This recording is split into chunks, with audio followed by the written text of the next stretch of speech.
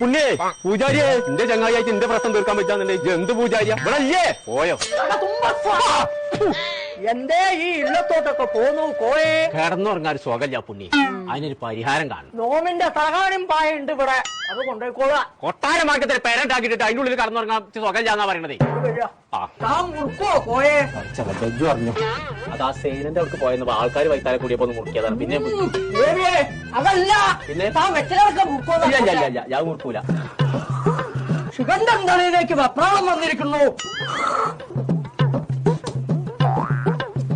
അപ്പൊ ശരിയാട്ടോ ഞാനടുത്ത് വെച്ചത് അതെ അതിന് തൊടാൻ പാടില്ല കോയെ ശുക്രൻ ശനിയെ തിരിച്ചിരിക്കുന്നു